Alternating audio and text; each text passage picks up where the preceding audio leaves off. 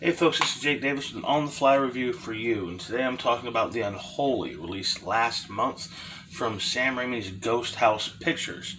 This film is directed by Evan Spiliotopoulos.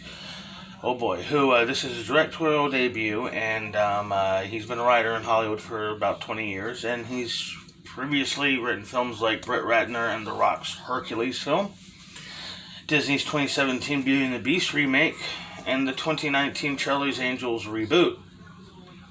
Oh boy, yeah, that resume reads like a bag of baby shit right there.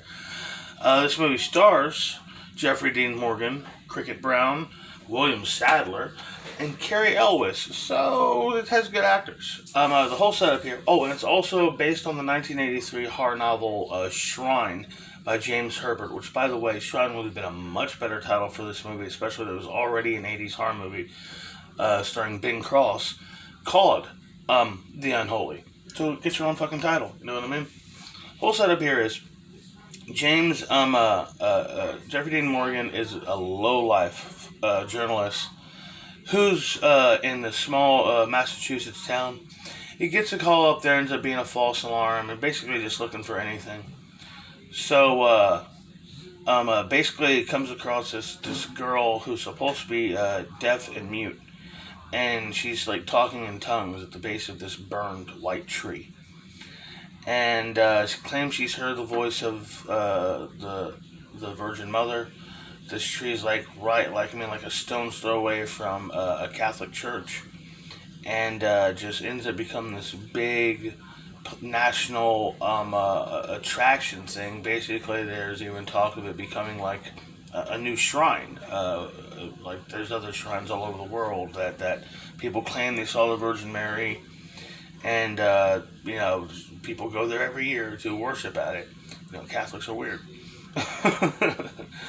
Sorry. Catholics are weird. Alright, I'm sorry. They just are. Anyhow, so this, so eventually the more Jeffrey Dean kind of, even though he's this low life, and he is a low life too, he slowly starts to uncover the problem, and starts to realize that, it's not a miracle, it's not the Virgin Mary, it is something very, very evil. And since he's become kind of close to this girl, almost like in like a fatherly manner, it's about it's much about his character's redemption as it is about the saving of this town and of this girl's soul. Overall, I think the movie needed more. Just way too many jump scare scenes. But I have always appreciated the approach to a horror movie where we're only presented with a handful of main characters. It's about, wow, do you mind? Got a little micro siren head down here.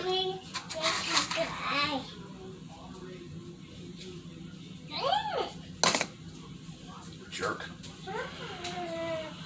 Anyhow, I was liking just a handful of characters, and it's more about developing the characters and showing you this world. That way when they start, getting picked off, it's more effectful. I do think the third act of this movie is a little long in the tooth and a bit hokey. But overall, I'm going to give it 3 stars. Jeffrey Dean Morgan, great performance. A mystery that actually had me intrigued and interested straight up to the third act, and most credit, most praise for the film has to go to beautiful photography, absolutely great horror movie photography. Even times of it reminded me of Universal horror movies. Anyhow, I'm gonna give this movie 3 stars. It's nothing special, it's nothing great, but it looks good, has some excellent acting, and overall it is just a satisfying horror film. And I hope y'all enjoyed this video. Please like, share, comment, subscribe if you want to. I don't really give a shit.